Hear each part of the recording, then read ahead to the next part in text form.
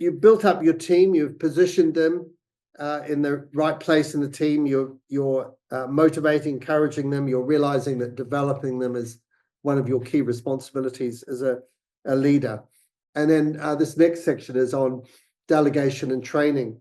We have a saying in ICMDA, do what only you can do. In other words, if other people can do things, then you don't need to do them. You can rejoice that you don't have to do those things. In the same way that you shouldn't be doing the things that you cannot do. And in any team, as a leader, you quickly learn that if you've got a good team, they are far, far more talented than you are in lots of the areas of skill that are required in the organization or in the church. And that if you were to try and to do their jobs, it would be a disaster. More importantly, it would stop you doing the things that only you can do. And as a rule of thumb, if someone else can do something 80% as well as you, then you should probably be delegating it to them.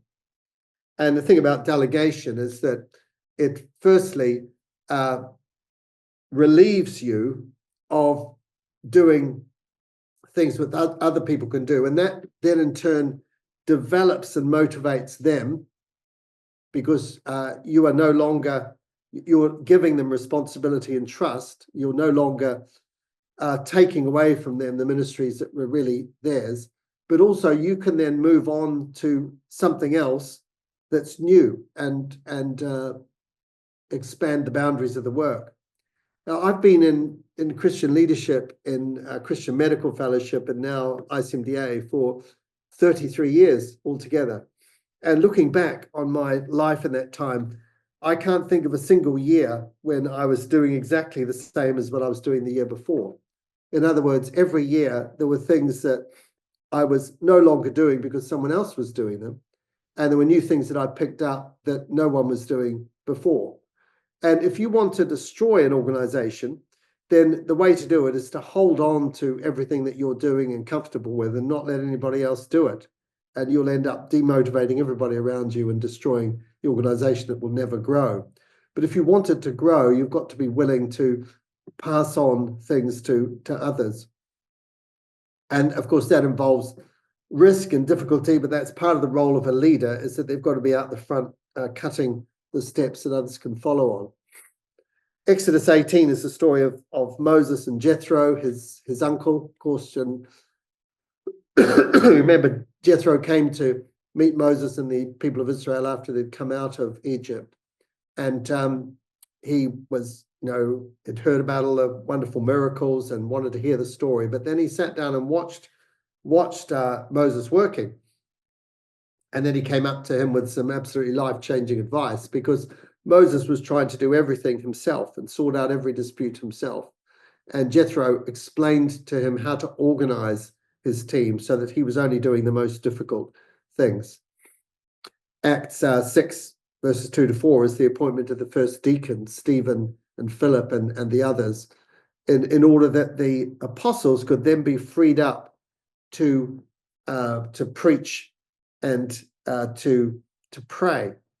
And it wasn't that they weren't prepared to do menial duties like waiting on the tables. It was just that it was not the role that they were specifically called to. Others could do that work. I had, you see this pattern with Christian medical missionaries, and I've told you the story of David Thompson, who went to Gabon and started this amazing organization called PAX, which has trained hundreds of African surgeons and increased the amount of really effective surgery that can be done right across the continent. But there are other people who've gone and spent their whole lives doing what he did in the first few years, just working themselves silly and never training anybody. And an effective leader will be always looking, what can I pass on? What new things can I pick up? And so it's important to empower people and make them responsible.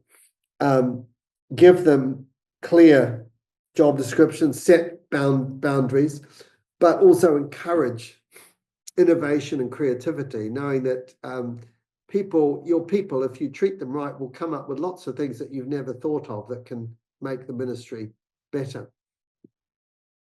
But that can be difficult because it involves being disempowered to see others succeed.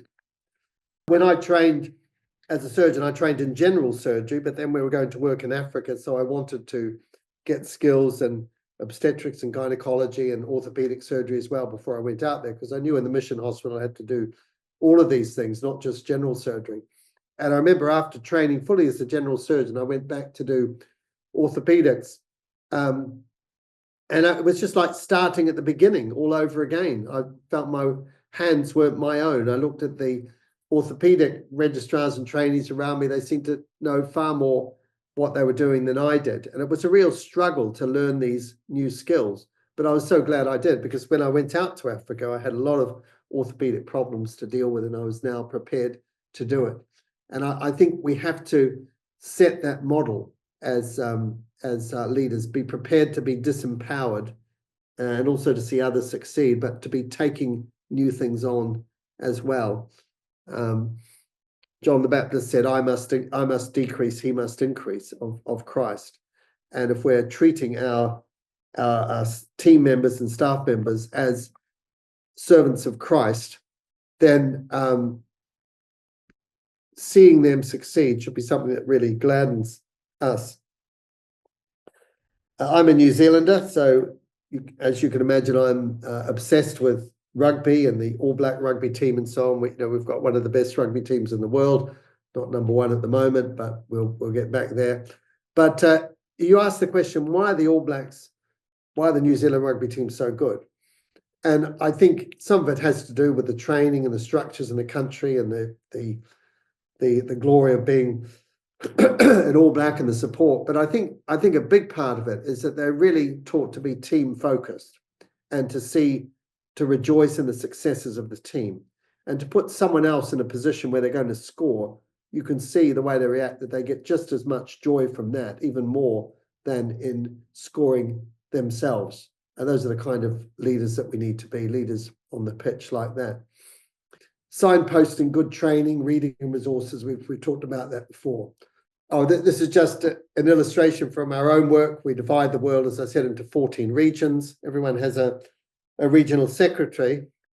And so each of those is responsible for that region. They have a clear boundary to their job description. They're not responsible outside that. And within each region, there is a structure, including the various national movements, a regional committee, the regional secretary with his team of regional reps and area reps, and a whole structure. So clearly defined roles. So important that people know what there is expected of them, what their deliverables are, and that they're encouraged in doing that, and that they are kept within those boundaries. But then as they prove themselves, they may then be promoted up to the next level. So let's move on from delegation and training to vision, mission, and strategy.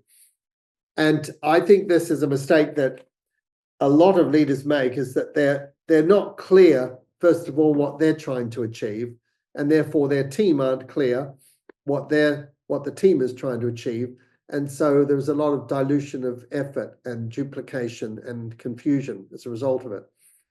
And it's incredibly important to know the vision, mission, and strategy of your organization. As we say, keep the main thing the main thing. Now, what's the vision? Well, the vision of an organization is what will transpire once the mission is complete. What will transpire, what the situation will be when the mission is complete. And so the vision is based on a big dream of the future. The mission is the way that one achieves that vision. So vision is what you'll see when the mission is complete, and the mission is the way you achieve that vision, and the strategy is the approach that you put together to fulfill the mission. Now, I'll illustrate this later, but we have to have a very clear understanding what our goals are, and flip side is what our goals are not.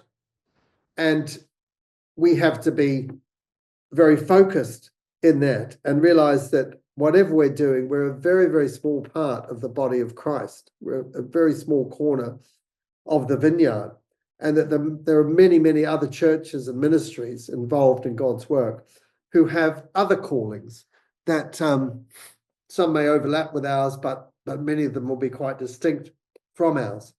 And if it's great to have a big vision, but if you're trying to do too many things across too broad a canvas, you'll end up not doing any of them well. So think of Jesus. Jesus laid out the vision.